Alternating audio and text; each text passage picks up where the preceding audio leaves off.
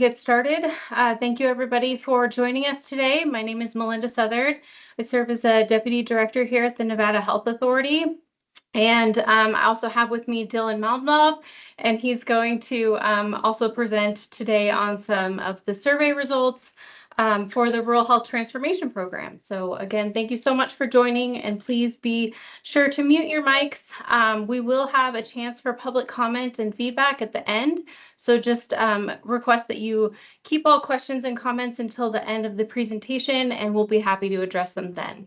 So thanks so much, and we'll get started. All right, so today we're going to go over the results from that second survey that was launched last week, and then talk a little bit more about the path forward with the grant application itself, and then end with a request for public feedback. So this I'm going to turn over to Dylan, and I'll have him go ahead and get started. Thanks, Dylan. Thanks, Melinda. Good to see you all again. I am Dylan Malmlov, and I serve as the Executive Director of the Patient Protection Commission, and I'll be walking through the second survey results with you all. The second survey was designed to take the next step in shaping the Rural Health Transformation Program. It builds on a lot of what we heard in Survey 1, especially around workforce, access, and prevention, and goes deeper by testing some of the specific design elements. We asked stakeholders to weigh in on which activities should be prioritized, what tribal partners need most, and how the advisory council should be structured. The goal is to make sure that the Rural Health Transformation Program is grounded in real world input and reflects the needs of rural communities, not just policy goals. This survey, along with the tribal listening sessions, helps us move from those broad themes to a program design that's a little bit more community driven and implementation ready. Next slide, please. In the first survey, we asked stakeholders to identify their top priorities for rural health transformation. Workforce came up most often, not just as a need, but kind of the foundation for everything else.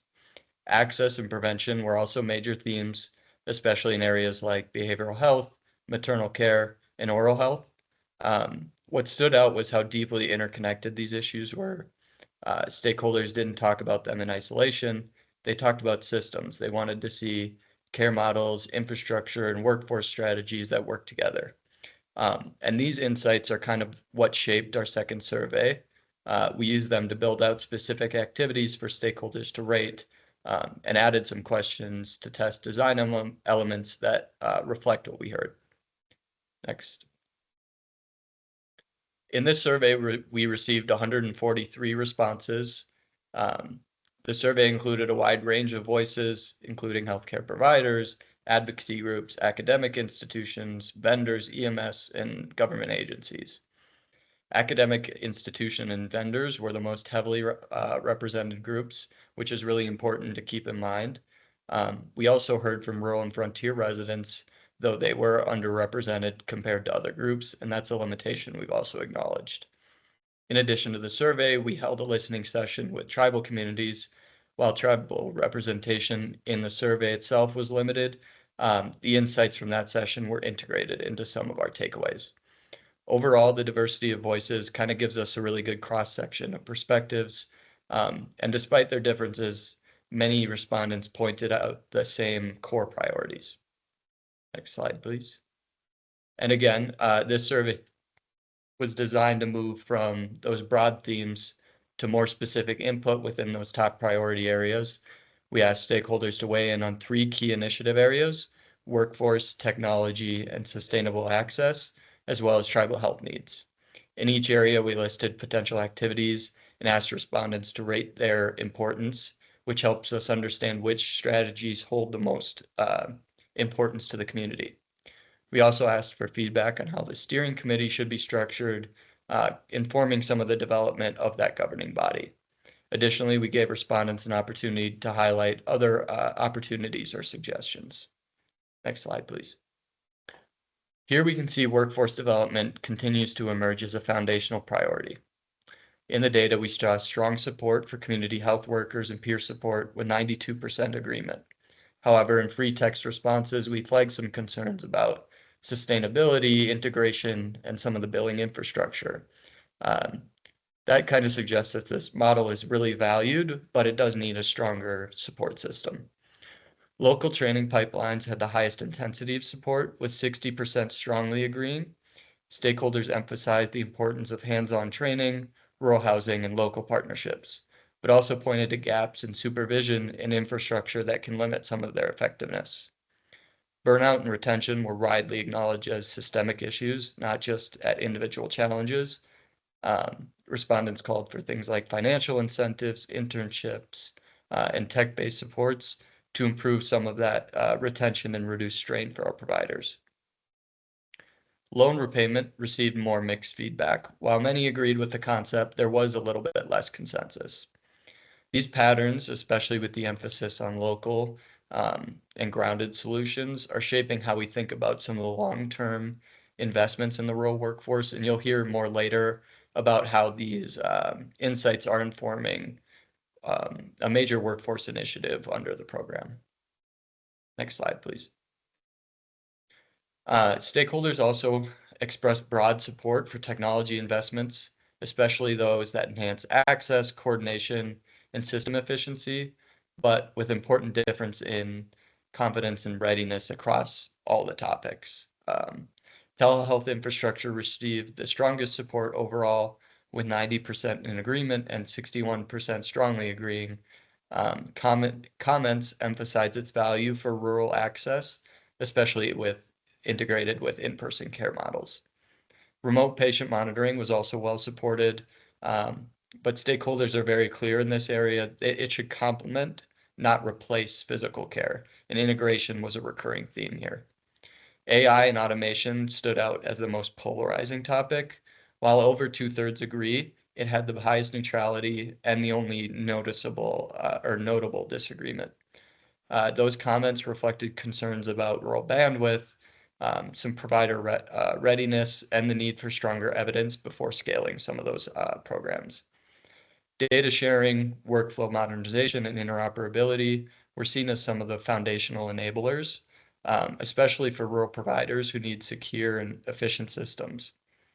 These areas had high agreement and low disagreement, suggesting some broad consensus on their importance. Cybersecurity and data protection were also highly valued, but they had higher neutrality, indicating some uncertainty or lack of familiarity among some of the respondents. These patterns kind of, again, reinforce a growing theme across the survey that stakeholders are ready to embrace technology, but they want it to be practical and fit community needs. Next slide, please. Stakeholders showed strong support for flexible, community-based access models, especially those that combine telehealth and mobile clinics. The highest rated strategy overall, with 92% agreement and 62% strongly agreeing. Transportation and broadband were also seen as critical enablers, with high agreement and very low disagreement. These infrastructure elements are essential for making care physically and digitally accessible in our rural areas. Additionally, right-sizing services were still supported, but had less intensity and higher neutrality, suggesting that stakeholders understand the need for system efficiency, but they might be a little bit cautious about what right-sizing means in practice, especially in communities that might already be facing limited access. Across the board, the data reinforce a clear message that stakeholders want access strategies that are flexible and, again, rooted in what the community needs. Next slide, please. This slide reflects the strongest tribal input we've received so far, primarily from the tribal listening session, which had the most direct representation. Participants emphasized workforce challenges as the most urgent issue, especially housing and retention supports. There was strong backing for tribal-led governance, including a tribal set-aside and support for things like traditional healing waivers and tribal health councils. These insights were reinforced by the survey responses, which echo some of the concerns around access, behavioral health, and the need for culturally grounded care.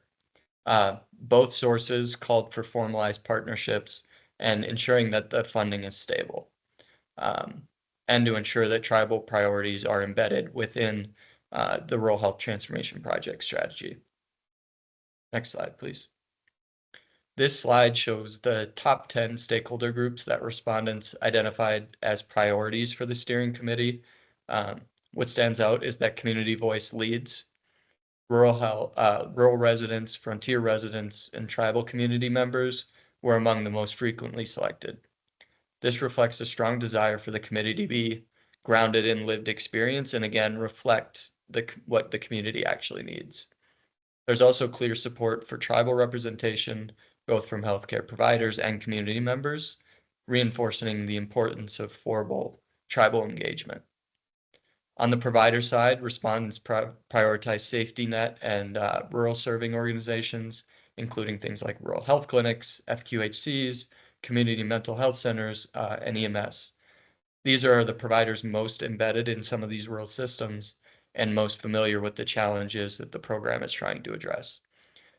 Again, together, these results offer a clear direction for building a representative, community-informed committee that reflects both the system and the people that this is intended to serve. Next slide, thank you. This is the final slide that summarizes some of the most consistent messages we've heard across all of our public engagements so far, the survey, listening sessions, and the project proposals. First, workforce remains the foundation. No infrastructure or innovation can succeed without people, and that theme has been echoed across all data sources and is shaping how we think of long-term investment. Second, there's strong support for flexible, community-based access models, especially mobile clinics, hybrid care, and telehealth. These were top rated in the response and frequently proposed in our project submissions. When it comes to care priorities, stakeholders consistently elevate primary care, behavioral health, and maternal health. And they weren't described as just services, but as stabilizing forces in our rural communities. Integrated care models like school-based care, co-location, and peer-led crisis responses were seen as both effective and sustainable. On the technology front, stakeholders were clear, again, that it should extend care, not replace it. And finally, there's a strong call for community voice and governance. As one respondent put it, if rural communities aren't shaping the work, it's rural extraction. And that quote kind of captures some of the broader sentiment that it should be locally led, culturally grounded, and accountable. These themes not only reinforce what we heard in the first survey, but they also align with the types of projects we've received. And importantly, they're deeply interconnected. Workforce enables access, access supports care delivery, and all of it depends on community leadership and the right infrastructure. Together, they provide a strong foundation for the strategy that we're building. Now I'll hand it off to Melinda. Great, thanks, Dylan. All right, so now let's talk about the grant application preparation. So here, if you'll remember the last public workshop, we went over this slide, the use of funds requirements. And, we have to use at least 3 of these buckets in our application to focus our initiatives and our projects on. So I want to highlight some of the ones that we have identified through all the stakeholder feedback and input to focus our application on. So first we have workforce, of course. That's a main top priority that showed up. Also prevention and chronic disease, information technology advances, appropriate care availability, mental health and substance use disorder, innovative care, and of course, capital expenditures and infrastructure. And I'm going to go into these a little bit more detail here in a minute, but also want to call out that you'll notice that some of the rings here are a different color yellow, and that's just because those fall in line with one of our initiatives in particular. One of the initiatives crosses several buckets, so just wanted to call that out here. So first initiative, we're calling this one Rural Healthcare Access and Provider Recruitment. We're proposing to put forward 40% of the awarded funds annually towards this initiative. It falls in line with the workforce goal, and of course the use of funds bucket is workforce as well. And then of that 40%, we are proposing to put aside 45% of that for expansion of healthcare providers, student loan repayment, and retention programs in Nevada. So we want to, encourage a wide variety of eligible healthcare provider types. It's not just MDs and DOs, although those are, a very important part of the composition. Putting forward that, following residency, these individuals must live and provide healthcare in rural communities for at least 5 years. And proposing to put forward 50% of that loan repayment to start. And then at the completion of that 5 years, the remaining 50% of the loan repayment would be submitted. And then 20% of this 40%, talking about upfront tuition payments for healthcare degrees. This would be available to employees of Soul Community Hospitals and critical access hospitals for pursuing those higher healthcare degrees or certifications to really encourage those who are already living and working in rural communities to pursue higher healthcare degrees. And then 35% of the 40% would be available to support other projects related to rural workforce retention and recruitment, because we recognize that we don't have all the answers right now. We just don't have enough time. And we want to provide the opportunity for folks to really be thoughtful and creative about different ways that we can transform rural healthcare in the state through workforce. And so this set of funding would be awarded through that competitive procurement process. So we would set up, the request for proposals along with the evaluation committee to evaluate and score all of those proposals, which would then result in the awards.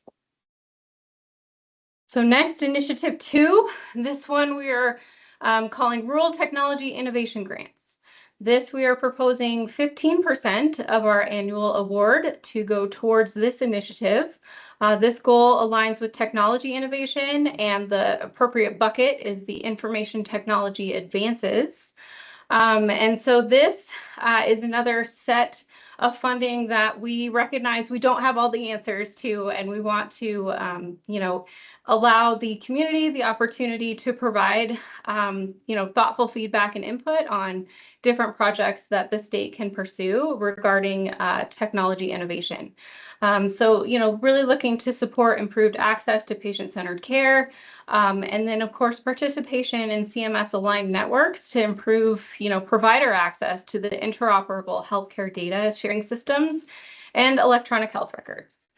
So this pot of funding would be, again, awarded through the competitive procurement process and following the RFP. Initiative 3 is the Flex Fund to strengthen rural health infrastructure. This we're proposing 20% of our annual award to go towards, falling in line with the sustainable access goal and the capital expenditures and infrastructure bucket. This funding would support critical access hospitals and rural clinics and infrastructure support needs, such as the purchase of mobile clinics, ambulances, medical technologies, other such items. And of course, these funds would be earmarked. They must be used for and stay within Nevada facilities. So we want to ensure that, all of our Nevada facilities are receiving the appropriate support that they deserve. And of course, with this bucket, we are limited to what CMS has noted in the notice of funding opportunity, that they will not support any new construction. So we cannot use any of these grant funds to support any new construction. This bucket will be awarded through a request for applications process, which will result in subgrants. And we will have an evaluation committee that will be evaluating all of those applications and scoring them, which would then result in subgrants. And lastly, our Initiative 4, Rural Health Outcomes Accelerator. So proposing 15% of the annual award to go towards this initiative. This goal aligns with the Make Rural America Healthy Again goal. And then this is the one that has all of those buckets that I was talking about that crosses over several of them: prevention, chronic disease, mental health, and substance use disorder.